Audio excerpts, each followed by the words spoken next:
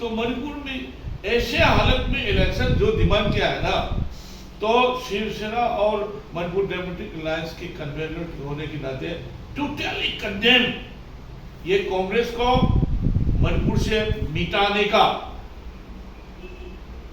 समय आ गया। फिर पॉपुलर गवर्नमेंट बनाने के लिए डिमांड किया, फिर बहुत गाली के साथ बोला, डिमांड किया।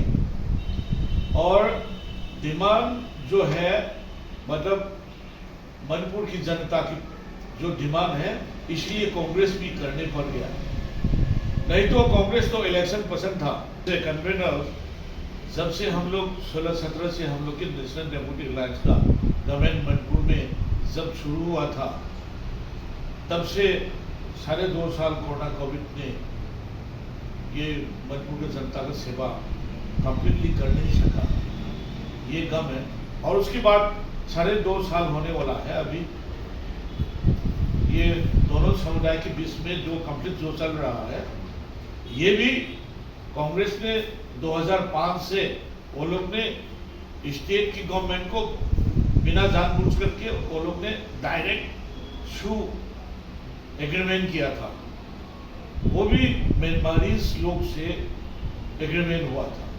और उसके बाद 208 में ट्राइपाटोक हो गया, मणिपुर सरकार के साथ ट्राइपाटोक करके शू चला दिया।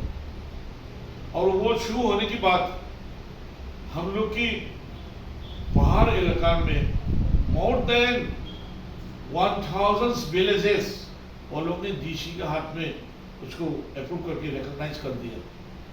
और जितना भी म्यांमार से जो आते हैं वो फ्री घुस नहीं देता है। जो घुस बैठ लोग जो है, इस वही लोग ने पहाड़ इलाका में पोपी प्लांट करके, पोपी से कानी बना के, कानी से फिर नवकोट बना के इंडिया के हर कोना में फैल रहा है। हम लोग का युवा पीढ़ी लोग खत्म किया है। और वही बिजनेस को, वही प्लान को खत्म करने के लिए नेशनल डेमोक्रेटिक अलायंस की सरकार ने किया था।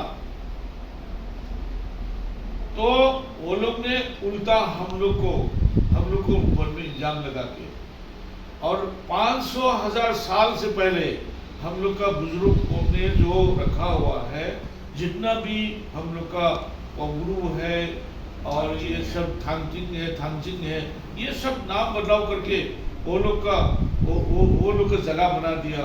और इसी तरह thousands से ज़्यादा वो लोग ने 1000 से ज़्यादा विलेज को रिकॉग्नाइज कर दिया। इसी तरह वो लोग ने आज तक करके रहा है। तो इसमें ये सेंट्रल गवर्नमेंट जो है, अभी प्रेसिडेंट रूल है और कांग्रेस ने डिमांड किया है, और फिर पॉपुलर गवर्नमेंट जनता जो चाहते हैं तो वो लोग भी बोलने लग गया है। और इसके बाद फिर अभी इलेक्शन करने के लिए मांग किया है। ये अभी इलेक्शन करने से भी मणिपुर में कोई पॉलिटिशियन लोग को देखने नहीं चाहते हैं। जनता लोग कोई पॉलिटिशियन लोग को देखने नहीं चाहते हैं। और अभी फ्लड है मणिपुर में, 90% फ्लड हुआ था, और अभी भी कोरोना है, अभी भी अपस्पा है, अभी भी प्रेसिडेंट रूल है। इतना तकलीफ, इससे और तकलीफ इंडिया की और स्टेट में नहीं होगा, हुआ भी नहीं होगा, और अभी भी नहीं हुआ है। तो मणिपुर में ऐसे हालत में इलेक्शन जो डिमांड किया है ना, तो शिवसेना और मणिपुर डेमोक्रेटिक अलायंस के कन्वेनर होने के नाते टोटली कंडेम, ये कांग्रेस को मणिपुर से मिटाने का समय आ गया। उसको मिटाना चाहिए।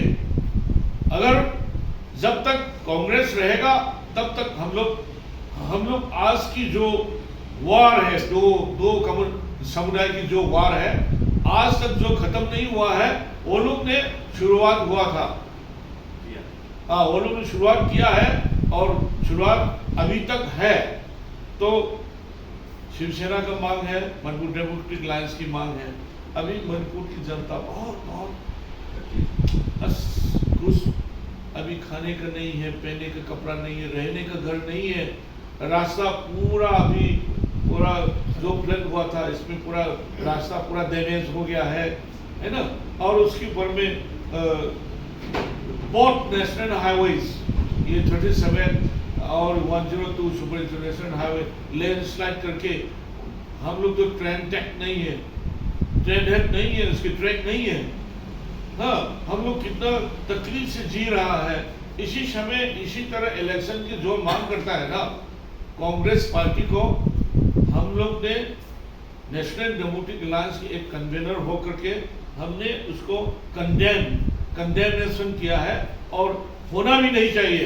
अभी सबसे पहले हम लोग आईडीपी लोग को वो लोग की खाने का, रहने का और हर चीज हम लोग उनको मदद करने का समय है। अभी बीमारी सब देखना है, ये सब अभी इलेक्शन की समय है ही नहीं है। लेकिन इलेक्शन करने से भी कांग्रेस कुछ भी नहीं सकेगा। अभी जो 5 है वो भी जीरो में आ जाएगा, जीरो में आ जाएगा। लेकिन ये आने वाला इलेक्शन में भी नेशनल डेमोक्रेटिक अलायंस का गवर्नमेंट ही आएगा मणिपुर में, और सेंटर में 2029 तक है। तो सेंटर में नेशनल डेमोक्रेटिक अलायंस का सरकार होते हुए मणिपुर में कांग्रेस का सरकार कैसे हो सकता है?